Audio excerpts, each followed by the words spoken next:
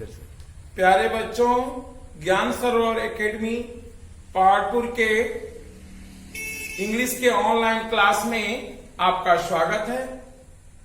तो पिछली कक्षाओं में हम लोग जान रहे थे use of simple present tense, simple present tense का प्रयोग। अब हम आज जान रहे हैं यूज 7 प्रयोग नंबर 7। भविष्य की दो घटनाओं का वर्णन करने के लिए शर्त वाले क्लॉज जो if, when, before, after, till, until, unless, as soon as long as, in case से प्रारंभ होते हैं, ऐसे वाक्यों में सिंपल प्रेजेंट टेंस का प्रयोग होता है, जबकि मुख्य क्लॉज में फ्यूचर टेंस का प्रयोग किया जाता है। हमें एक यहां शब्द मिला क्लॉज।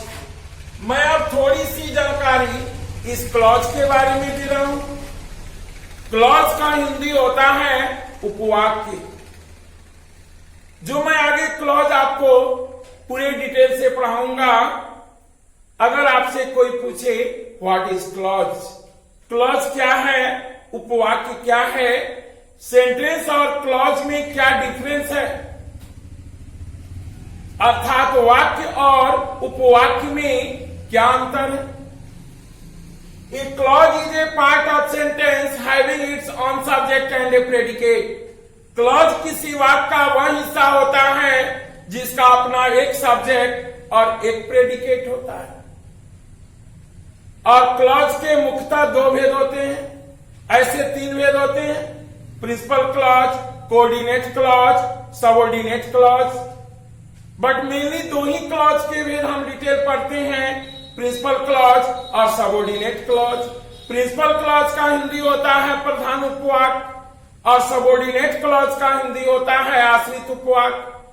प्रिंसिपल क्लॉज वह क्लॉज जो अपने अर्थ की पूर्णता के लिए अन्य किसी क्लॉज पर निर्भर नहीं रहता, उसे हम प्रिंसिपल क्लॉज कहते हैं, जबकि वह क्लॉज जो अपने अर्थ की पूर्णता के लिए प्रिंसिपल क्लॉज या किसी क्लॉज पर निर्भर रहता है, उसे सबऑर्डिनेट क्लॉज कहते हैं। तो इस उदाहरण में हम प्रिंसिपल क्लॉज और सबऑर्डिनेट क्लॉज दोनों के बारे में जानेंगे। तो यहां हमारा उदाहरण इस नियम में है कि भविष्य की 2 घटनाओं का वर्णन करने के लिए शर्त वाले क्लॉज में हम सिंपल प्रेजेंट टेंस का प्रयोग करते हैं। जैसे आइडेंटिफिकेशन में फ्यूचर टेंस में आप जानते हैं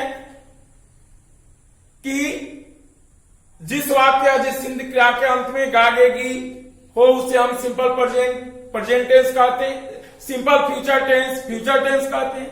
तो आप तो समझेंगे कि गागेगी है वह फ्यूचर टेंस हो गया।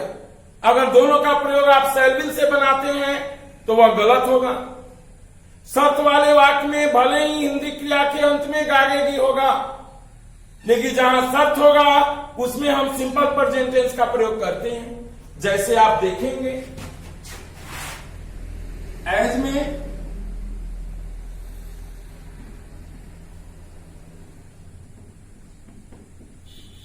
मैं जाऊंगा,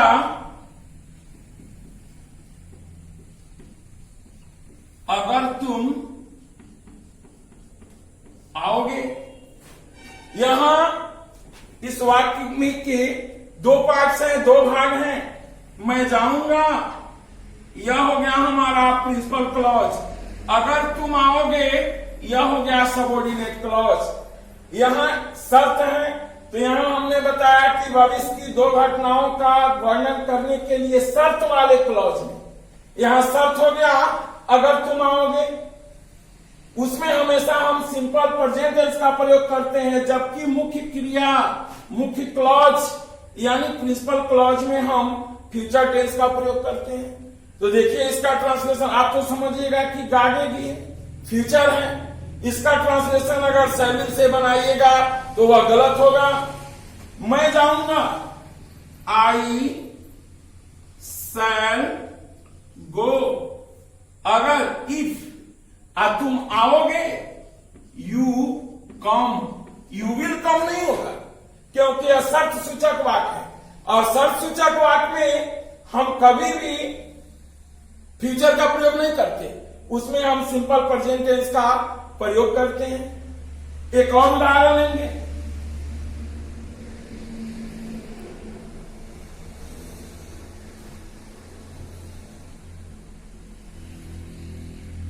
दूसरा उदाहरण, जैसे कोई पूछता है विराट ने शतक लगाया जो ही वह मैदान में आया। Virat hits a sixer as soon as he came to the ground. Virat hits A sixer, इसके लिए हमने सिंपल प्रेजेंट टेंस का प्रयोग किया। तो अब यह हमारा स्पष्ट हो गया कि अगर यदि भविष्य की दो घटनाओं का वर्णन करने के लिए शर्त वाला जो क्लॉज है उसमें हम शर्त वाले जो वाक्य होता है अर्थात जो सबऑर्डिनेट क्लॉज होता है उसके लिए हम सिंपल प्रेजेंट टेंस का प्रयोग करते हैं। अब हम जानेंगे प्रयोग नंबर 8, यूज एट। चलिए। हाँ, तो अब हम लोग यूज एट यानी प्रयोग नंबर 8 जानेंगे। मैच या किसी भी आयोजन का आंखों देखा हाल सुनाने में यानी कमेंट्री को लिविंग बनाने के ख्याल से या उद्देश्य से सिंपल प्रेजेंट टेंस का प्रयोग किया जाता है। जैसे मैं आप लोगों को बताया कि टाइम और टेंस में बहुत ही अंतर है। कमेंटेटर जब कमेंट्री करता है तो वह घटना पहले घटित हो जाती है, उसके बाद वह प्रसारण आंखों देखा हाल हमें सुनाता है। देखा जाए तो कुछ पल के लिए वह क्रिया पास्ट टेंस की हो गई और बाद में कमेंटेटर उसको देख करके प्रसारण करता है, लेकिन उसके लिए भी सिंपल प्रेजेंट टेंस का प्रयोग करते हैं। क्यों?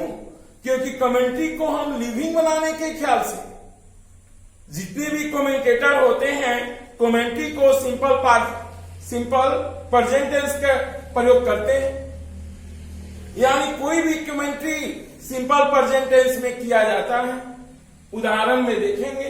अब मैं उदाहरण में आपको बता रहा हूं इंडिया और पाकिस्तान के बीच मैच हो रहा है और उसका प्रसारण कमेंटेटर कैसे करता है।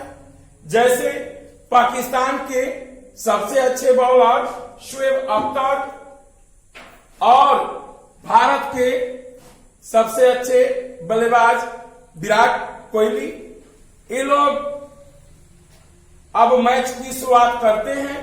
अब उसको कमेंटेटर कैसे प्रसारण करता है अब मैं आपको बता रहा हूं।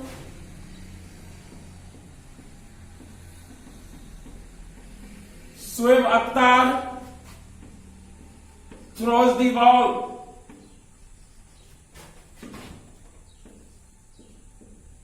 Virat moves a bit and hits the ball, scores 6 runs। अभी आपने देखा शोएब अख्तर जो गेंद को फेंकते हैं, भारत के सबसे अच्छे बल्लेबाज विराट घूमते हुए गेंद को मारते हैं और इसका रन होता है 6 रन बनाते हैं। इसको कमेंटेटर प्रसारण कैसे करता है? Shoaib Akhtar throws the ball, Virat moves a bit and hits the ball and scores 6 runs। इस प्रकार कमेंटेटर कमेंट्री का प्रसारण जब भी करता है तो सिंपल प्रेजेंट टेंस में करता है। क्यों? क्योंकि उस कमेंट्री को लिविंग बनाने के ख्याल से। अब इसके बाद हम जानेंगे लास्ट यूज 9। चलिए। हाँ, तो अब हम जान रहे हैं यूज 9 प्रयोग नंबर 9। जैसे मैं आपको शुरू में भी बताया, आज भी पिछले कक्षा में भी बताया हूं कि टाइम और टेंस दोनों अलग हैं। यहां आप देखेंगे कि अखबार की जो भी जोरदार घटनाएं होती हैं उसको प्रमुखता से दर्शाने के लिए सिंपल प्रेजेंट टेंस का प्रयोग किया जाता है। जैसे देखिएगा, अखबार में भूतकाल की घटना का विवरण में भी सिंपल प्रेजेंट टेंस अर्थात सामान्य वर्तमान काल का प्रयोग किया जाता है। अखबार की जो घटना होती है वो एक दिन पहले की होती है और उसका प्रसारण या उसकी जानकारी दूसरे दिन अखबार में प्रिंट होकर हमारे प्रत्यक्ष आता है, हमारे सामने आता है। लेकिन उसमें पास्ट टेंस का प्रयोग नहीं किया जाता, उसमें ओनली सिंपल प्रेजेंट टेंस का प्रयोग किया जाता है। जैसे आप देखेंगे उदाहरण में, एज में 3